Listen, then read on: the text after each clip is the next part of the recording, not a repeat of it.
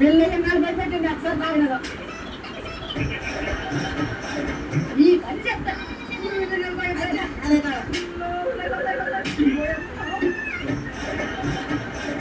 అదే అలా చూస్తాం బుద్ధం తాగరు తీసుకెళ్తాను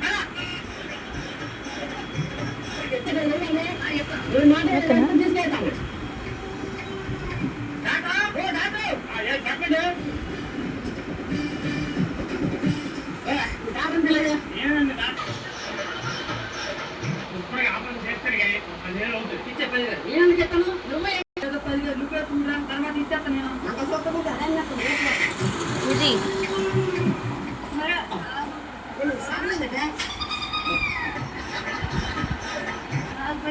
ఇంటికాడ ఉందంతా ఊరిసిపోయినా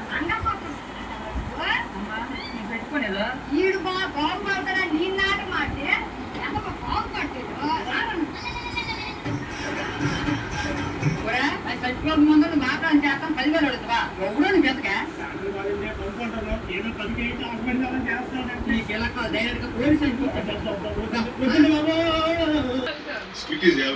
ఏంది ఆడిపోయింట్రా డైలాగ్ మీ స్టైల్లో మీరు చేశారు జస్ట్ యావరేజ్